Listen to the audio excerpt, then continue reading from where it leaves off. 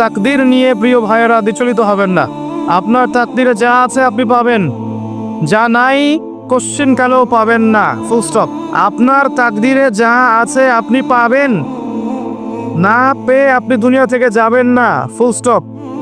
আর আপনার তাকদিরে যা নাই সারা দুনিয়ার মানুষ মিলে আপনাকে দিতে পারবে না। এই চিন্তাটা আগে মাথার মধ্যে সেট করে। এই দুনিয়ার জীবনে আপনার দুনিয়ার বাড়ি গাড়ি, টাকা পয়সা, রিজিক, ব্যবসা বাণিজ্য, স্ত্রী সন্তান, এগুলোকে নিয়ে এত বিচলিত হওয়ার কিছু নাই। আপনার আমার তাকদিরে যা লেখা হয়েছে এর একটা দানা আপনি বেশি খেয়ে পৃথিবী থেকে যাবেন না। আর আপনার আমার রিজিকে যা আছে তার এক চুল রেখে আপনি দুনিয়া থেকে যাবেন না। এটাই চূড়ান্ত সত্য কথা। আপনি ঘুষ খান আর সুদ খান আর দুর্নীতি করেন আর মানুষের সম্পদ আত্মসাৎই করেন না কেন, যতটুকু লেখা আছে আপনার তাকদিরে এর বেশি আপনি কিচ্ছু পাবেন না। আর আপনি হালালে থাকার জন্য যতই কষ্ট করেন, হালালে আছেন, সবজি বিক্রি করে খাচ্ছেন, আপনি ছোটখাটো ব্যবসা করছেন, মানুষ আপনাকে দাম দেয় না, আন্ডার এস্টিমেট করে, গরিব বলে, ফকির মিসকিন বলে, কিন্তু আপনার তাকদিরে যা আছে আপনি সেটাই পাবেন, এর বেশি আপনি কিচ্ছু পাবেন। হুয়াল আউয়াল ওয়াল আখির, আল্লাহ পাক প্রথম এবং আল্লাহই শেষ। কুল্লু মান আলাইহা ফান ওয়া ইয়াবকা ওয়াজহু রাব্বিকা যুল জালালি ওয়াল ইকরাম। প্রত্যেকটা বিষয় ফানা হয়ে যাবে, কিচ্ছু থাকবে না। এখন আপনি পৃথিবীতে যা দেখছেন এগুলোর কিছুই থাকবে না।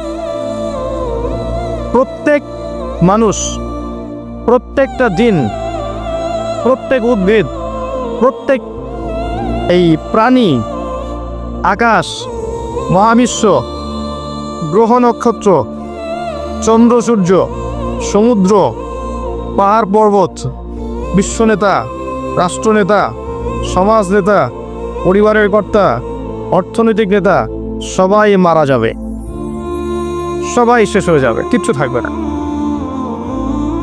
এই বিষয়টা আগে ভালো করে হজম করতে হবে যে আমরা এখানে থাকতে আসিনি, আমরা এই দুনিয়ায় থাকতে আসিনি, আমরা এখানে এসেছি চলে যেতে। যার মনের মধ্যে এই কনসেপ্ট থাকে সে কখনো আল্লাহ পাকের বিদ্রোহী হতে পারে না, সে কখনো আল্লাহ দ্রোহিতা করতে পারে না, কুফরি করতে পারে না, শিরক করতে পারে না, আল্লাহর অবাধ্য হতে পারে না। যার মনের মধ্যে এই চিন্তা বদ্ধমূল যে আমি এখানে থাকতে আসিনি, আমি এখানে মুসাফিরের মতো এসেছি, গাছের ছায়ায় বিশ্রাম নিচ্ছি, বিশ্রাম নিয়ে শেষ হবে চলে যাওয়া। যারাই আল্লাহ দ্রোহিতায় লিপ্ত হচ্ছে, শিরক করছে, বেদাত করছে, হারাম খাচ্ছে, ঘুষ খাচ্ছে, সুদ খাচ্ছে, জেনা করছে, আল্লাহ দ্রোহিতা করছে, আল্লাহর বিধানকে অস্বীকার করছে, তারা ইনডাইরেক্টলি ধরে নিয়েছে যে তারা মনে হয় পৃথিবীতে চিরকাল থাকবে। কারণ যদি কিয়ামতের মাঝের কথা তাদের স্মরণ থাকতো তারা কখনোই কাজগুলো করতে পারতো না, পারতো? এবার আসেন, আল্লাহ পাক কলম সৃষ্টি করে তাকদির লিখেছেন, অতএব তাকদির নিয়ে প্রিয় ভাইয়েরা বিচলিত হবেন না। আপনার তাকদিরে যা আছে আপনি পাবেন, যা নাই কোশ্চেন কালেও পাবেন না, ফুল স্টপ। আপনার তাকদিরে যা আছে আপনি পাবেন, না পেয়ে আপনি দুনিয়া থেকে যাবেন না, ফুল স্টপ। আর আপনার তাকদিরে যা নাই সারা দুনিয়ার মানুষ মিলে আপনাকে দিতে পারবে না। এই চিন্তাটা আগে মাথার মধ্যে সেট করেন।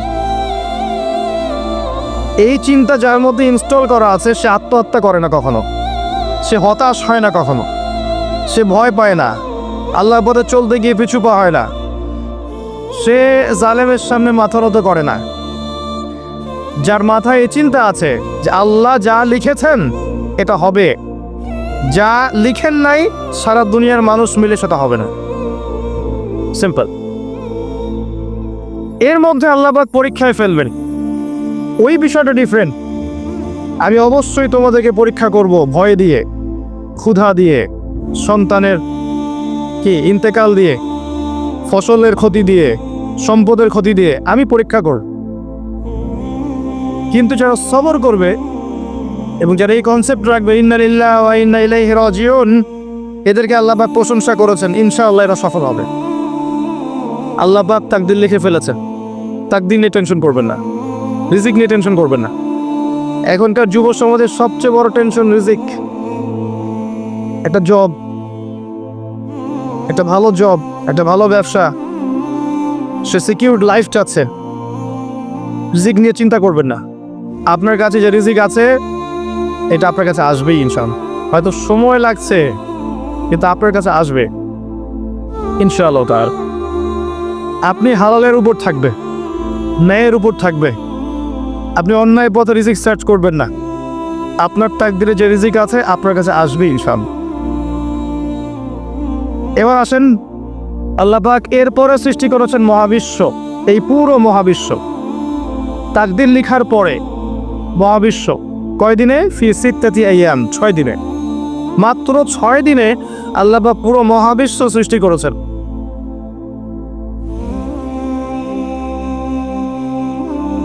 ওয়াল্লাযী খালাকাস সামাওয়াতি ওয়াল আরদা ফি সিত্তাতি আইয়াম সুম্মা ইসতাওয়া আলাল আরশ। সূরা হাদীদের মধ্যে আয়াত আছে, তিনি সে আল্লাহ যিনি এই মহাবিশ্ব সৃষ্টি করেছেন 6 দিনে, এরপরে আরশের উপর সমাসীন হয়েছেন। আল্লাহ পাক এর একদিন আমাদের একদিনের মতো নয়, বরং কিয়ামতের মাঠে যেদিন আমরা দাঁড়িয়ে থাকব এই দিনটা হবে আল্লাহর হিসেবে 50,000 বছরের সমান। মানুষ অস্থির হয়ে থাকবে, বিচার শুরু হচ্ছে না কেন। অপেক্ষা করা কাজটা খুব যন্ত্রণাদায়ক, তাই না? কারো জন্য অপেক্ষা করে আছেন, 1 ঘন্টা পর আসবে, এলো না, আপনি অস্থির হবেন।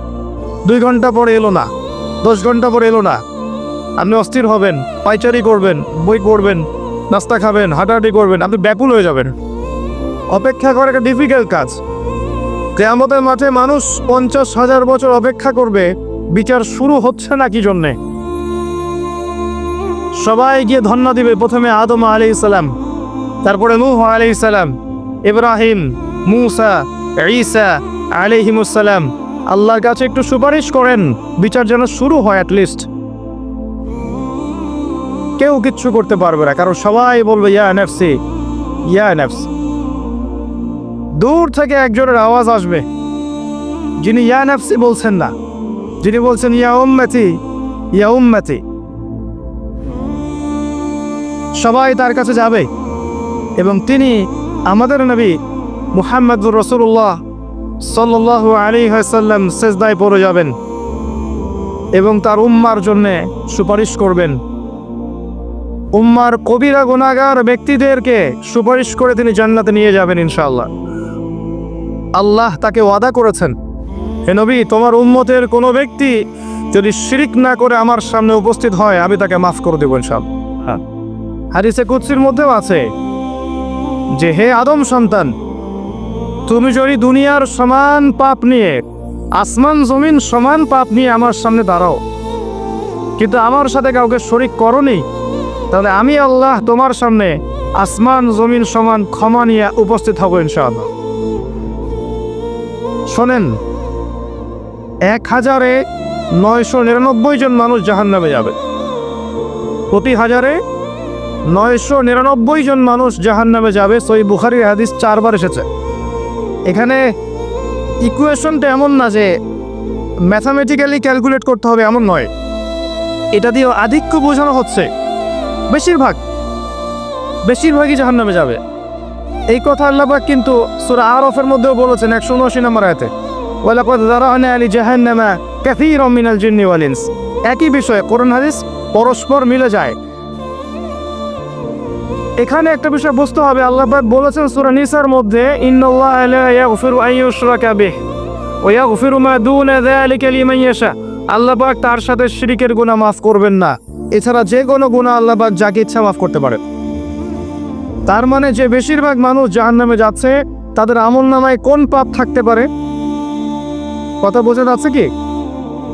নিঃসন্দেহে তাদের আমলনামায় শিরকের পাপ থাকবে। এটা বুঝতে আপনাকে পিএইচডি করার দরকার নাই।